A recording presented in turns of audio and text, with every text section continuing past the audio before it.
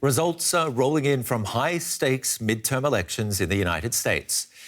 Republicans now have the lead in the race for the House, and the Democrats are one seat ahead in the battle for control of the Senate. They've edged into the lead as Democrat John Fetterman wins the key Senate race of Pennsylvania, beating celebrity Dr. Mehmet Oz. Voters have been choosing lawmakers for a third of Senate seats and the entire House of Representatives. The Republicans lead the race for the House, but the vote appears closer than polls predicted, with the Republicans' hoped-for red wave failing to materialise. And let's see what the numbers say, starting with the Senate and the seats that are not up for grabs in this election. And now, if you add in those newly decided seats, you can see at this point the Democrats with 48 seats so far versus 47. With Vice President Kamala Harris able to cast tie-breaking votes, the Republicans would need 51 for a majority. And if we look at the House, 162 out of the 435 seats have so far gone to the Democrats and 192 to the Republicans. But of course, for both chambers, it's still too early to draw any conclusions. With razor-thin margins in key races, a full picture may not be available for days, if not weeks. Well, let's bring in DW correspondent Michaela Küffner, who's in Washington, D.C. for us. What about this Fetterman flip? Yes, that is quite something. The Democrats managed to flip that particular Senate seat, actually increasing their lead in the Senate right now. The Republicans now need to gain 2 seats to turn the Senate around. And that is something that few had predicted. Mehmet Oz had continued to gain ground on John Fetterman, particularly after John Fetterman, the Democrat candidate, suffered a stroke early on in the campaign. He didn't perform well in a televised debate. Many had advised him simply not to do it. And Mehmet Oz, a very well-recognized face here in the United States, and really someone who caught up to John Fetterman in recent weeks. So that will be quite a surprise. It's quite a setback, and it makes it very tangible that that red tsunami that the Republicans had declared would happen simply is nothing like a tsunami. Yes, this is still potentially a wave, but it is a much more intricate, much more complex pattern that is playing out here tonight. And a big win, though, for Ron DeSantis. We were reporting that earlier this morning. Yes, for Ron DeSantis, this is absolutely huge. Last time, the first time he was elected governor, that was largely thanks to very prominent backing from none other than Donald Trump, the then president. This time, he did it off his own accord, despite or because of a mounting rivalry that he is having with Donald Trump over the prospect of who could be on the ticket, on the presidential ticket in 2 years' time.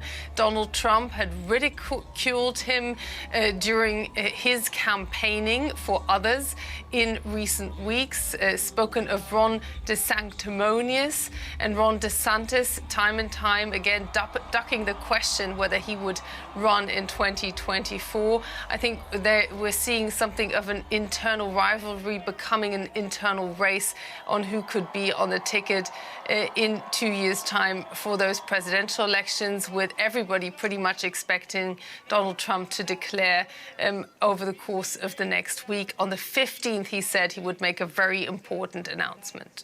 What are some of the other results that have stood out to you with polls now closed? Well, it's interesting that we have seen some history in the making here. We have seen in Maryland, just around the corner from here, Wes Moore elected the first Black governor. In Massachusetts, we're seeing the first openly gay woman elected as governor and the first Generation Z House member was elected in Florida. We're also seeing a pattern that the Republicans are indeed gaining ground, but this is a much, much tighter night than any pollster had predicted. Well, Michaela, before we get on to policy and voter turnout, let's have a listen into what some voters believe have been the key issues going into these midterms. You know, the economy is rigged for the wealthy, and it's you know, and if we don't change that, you know, we're sunk. We've got to do something to reverse the inflationary trend that, you know, the Democrats are spending out of control. Congress is spending out of control. That needs to come back in line. Honestly, the abortion rights are really big right now. As a woman, I feel like it's really important to protect our health and those who can't help themselves. It's just, you know, better for all the women who can have that right to health care. Well, the number one thing is the pro-life issue. It's been disgusting watching Joe Biden proclaim himself as a Catholic and not standing for preborn citizens of our nation. Well, I like to vote at every election, but I think especially this time, you know, it's about reproductive rights, it's about the environment, it's about ensuring that everyone, you know, has an opportunity to vote. Republicans, because I want them to start running this country like a business, like Trump did, okay? Get us back on track, please. A lot of issues there, a lot of enthusiasm, but what about voter turnout, Michaela? Well, voter turnout is notably up. We're still to see concrete figures of the overall turnout, but what was for sure is that some 40 million had already cast their early ballots, whether postal, some were able to appear in person. Days before Election Day, that was more than the total of the last elections. So a high turnout, and that does historically tend to favor the Democrats, although midterms also historically are a time to remind the president's party usually of who holds the power, and that is we, the people. So usually there's always a setback for the party of the sitting president. Michaela Küffner for us in Washington, D.C. Thank you very much for the analysis. Well, one of the most watched contests in this election is in the state of Arizona, widely seen as one of the closest races for governor. Initial results saw Democrat Katie Hobbs take the lead, reflecting mail ballots returned ahead of Election Day. But her lead over Republican Kari Lake is expected to narrow considerably as ballots cast in person on Election Day are counted. Lake is a former television news anchor and first-time candidate, considered a rising star on the right. She's echoed former President Donald Trump's false claims that the 2020 election was stolen. And she continues to question the electoral process, indicating she will only accept the result if she wins. We had a big day today, and don't let those cheaters and crooks think anything different. Don't let them doubt. Don't let them put doubt in you. We have a movement. We have a movement, and we know it. Did you feel it? Did you feel that movement? DW Washington Bureau Chief Inez Pohl is following the race in Arizona in the capital, Phoenix. I asked her what that statement tells us about Lake's campaign. She delivered them at a party from the Republican Party, which was meant to be her big victory party here in Phoenix, Arizona. But it turned out to be a very, very difficult night for Kari Lake. And therefore, it took her like 3 or so hours to come out and address her fans. And I mean, she did it again. She just repeated the big lie. She said, that's not in our quote, we were just playing, but earlier in her speech, that the 2020 election was rigged and that she is or can't declare winner now because again the whole system is not correct and one should not trust the election outcome. So that's her main message. She's done that before. She kind of declared even before election night if she wouldn't be the winner of these elections, this cannot be the fair and correct result. Just how close is the result going to be where you are? It is close. Katie Hobbs is in the lead, but you know, we have to be a little bit careful with that. And Michaela Küffner talked about that earlier on. Why is that? Here in Arizona, the vote-in ballot was really high. 1/3 or so of all voters turned in their ballots before today. And normally, these early voters are rather Democratic than Republican. These votes have been counted yesterday, so they were out immediately after the polls closed. And all the Republicans who went out vote today, these votes are still counted. So it's really far too early to declare Katie Hobbs the legit winner of these elections here in Arizona. We might have a very different picture in a couple of hours. And Ines, of course, if you do win, it's easy enough to say, OK, I've won. If you don't win, it's easy enough to say the vote's rigged. How widespread is this idea or concept of election integrity when we're told time and again by officials in so many of these races that everything is going by the book? And when mistakes are made, they're even making that very well known to the public and correcting those mistakes when it comes to a machine breaking down or something happening. Right, they were really transparent here in Arizona. There were obviously some problems with printers. But indeed, that is a huge problem. Michaela also talked about that. Some 150 or so outspoken election deniers got voted in office today, and that is huge.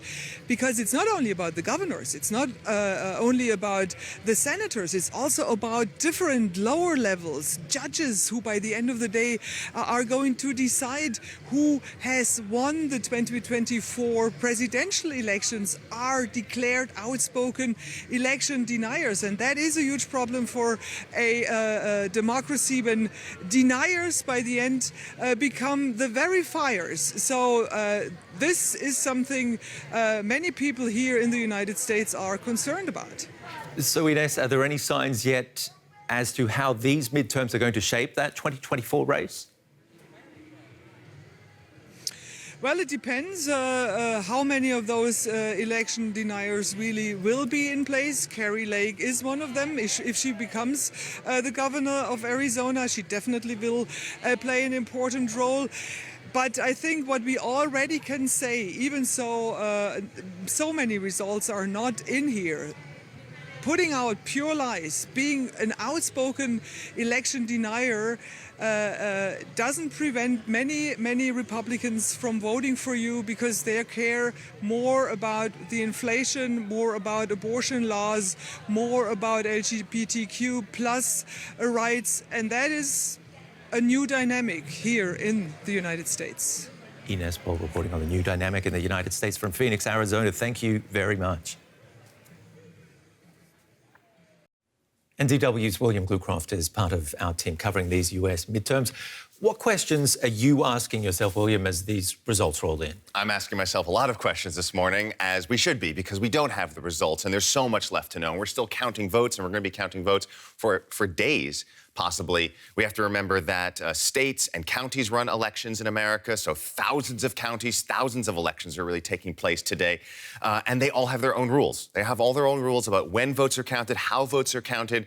So it might take a very long time to get a complete picture of both the House and the Senate, and of course at state levels, governors, state legislatures, this kind of thing. What it's going to come down to is there are many important issues. We've seen this in the polling data for months now. Is it going to be inflation that's going to really be what's pushing people to the polls? Is it going to be abortion or lack thereof? Is it going to be the guns issue? Is it going to be the question of the very foundations of democracy in the United States? What one of these issues or multiples of these issues is going to be pushing more voters to what side to be voting for their parties, where that voter enthusiasm is? Those are my biggest questions, and that we're going to have to wait for a lot more data to be coming out. What about this red wave that Republicans were forecasting? Do you see that building up or fizzling out? So far, we're seeing that it's not quite a dramatic night for Republicans that Republicans certainly are hoping for. That, of course, history shows that the party not in power has a big win on a midterm night.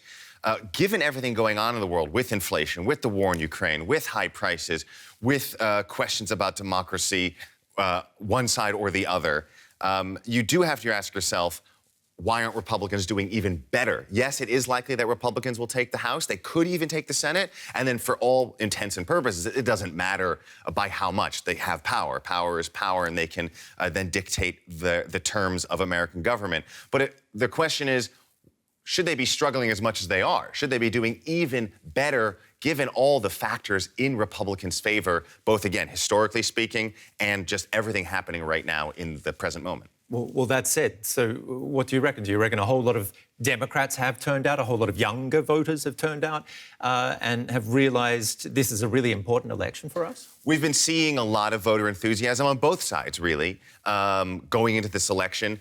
Remember, as we saw in 2020, Democrats tend to vote more early, vote by mail, vote absentee, whereas Republicans tend to vote on the day. And as I said earlier, depending how a state or counties count their votes, we might not have a full picture of, you know, the more Democratic votes, the more Republican votes, in what order they get counted. But really, these elections, America is a divided country. People have two choices, Republican or Democrat, or don't vote, or throw your vote away.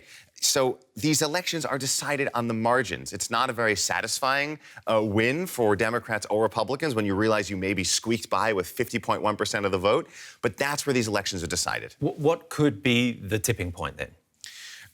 The tipping point, as I said, is going to be what drives people out, what has gotten people to the polls, what are people most worried about? But what's that going to be? Is it going to be the economy? Because, I mean, it usually always is. Yeah, I mean, as Bill Clinton said, it's the economy, stupid, right? If you want to keep people on your side, you want people affording their food, affording gas, being able to have a good job, feeling like they're comfortable and secure. The economy is obviously much more than foreign policy, often on the front of minds of voters. William Glucroft, thank you very much for your analysis. Well, the world is certainly watching the US midterms, aware that the outcome could well impact many issues, including US foreign policy. The war in Ukraine is a concern for American voters, and some are questioning how much longer the US should support Ukraine's fight against Russia.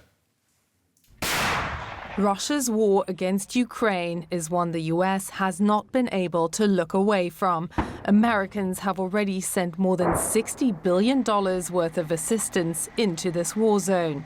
Democrat President Joe Biden has promised to continue to do all it takes to defend Ukraine's sovereignty. As Americans head to the polls in these midterm elections, US Congress is expected to turn more Republican.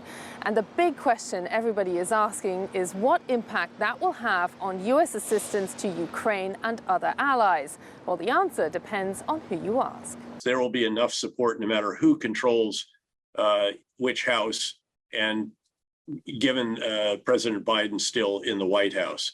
So I am quite confident that very, very strong support will continue for Ukraine. Yet one prominent Republican started sending a very different signal ahead of the elections. Kevin McCarthy is the top Republican in the House of Representatives. He says he believes Americans would no longer be willing to write a blank check to Ukraine in the face of a biting recession back home. After all, the soaring prices of gas, food and housing top the list of worries for ordinary Americans. Democrats fear that a Republican majority in Congress could soon make Ukraine a domestic bargaining chip. But polls show more than 2/3 of Americans back U.S. assistance to Ukraine. Even if there is a Republican majority in the House and/or the Senate, I think perhaps the experience of working together so closely and so confidentially and with so much trust on sanctions might perhaps help defuse tensions over trade protectionism in general, or over the larger question of how to deal with malignant Chinese behavior in the trade and technology realm. I'm going to say I'm cautiously optimistic on that. Warnings that China may try to invade Taiwan rather sooner than later could become the next test for the West and for America's willingness to pay a price for global leadership. For the reaction here in Europe, I'm joined by our Brussels correspondent Barbara Wiesel and DW's Benjamin Alvarez-Gruber here in Berlin. Barbara, let's start with you. What will Brussels make of the results so far?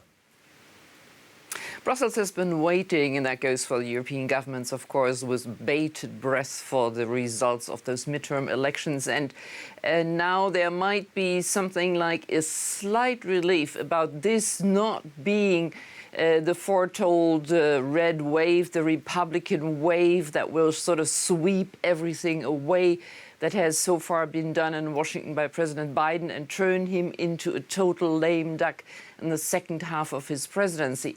But, of course, what we just saw about help and support for Ukraine is very valid. And Europeans know that if the United States reduce their support for Ukraine, they will be pushed to do more. And that is, again, difficult because many European governments will have to go through this winter of discontent, also with rising inflation, gas prices, energy prices, and so on and so forth. That is one big aspect. And the other big aspect is, of course, fears for measures against climate change. If there would be a strong Republican presence now in Washington, then, of course, what COP27 at the moment is talking about in Egypt might as well not be worth the paper it's written on. Those are, I think, the two biggest concerns in Europe. Benjamin, in your view, what will politicians waking up here in Berlin think? So there's definitely concern, especially about the election deniers. And that's something that Michael Link, the transatlantic coordinator in Germany's Foreign Office, said, that this is a test. And it will also depend on if people and if those who are elected to the houses and everyone in the society already accepts the results. The transatlantic partnership between the US and Germany is as strong as it was since the end of the Cold War, and that's an idea that Germany has said repeatedly, not only during the trip of German Foreign Minister Annalena Baerbock, but also last week when the G7 foreign ministers meet to show that the transatlantic alliance, regardless of who wins this race, of who wins the midterms in both chambers, will remain strong, and that it's so important for the German side to have the US on their side, not only when it comes to Ukraine, something that Barbara mentioned, when it comes to climate change, but also when it comes to trade.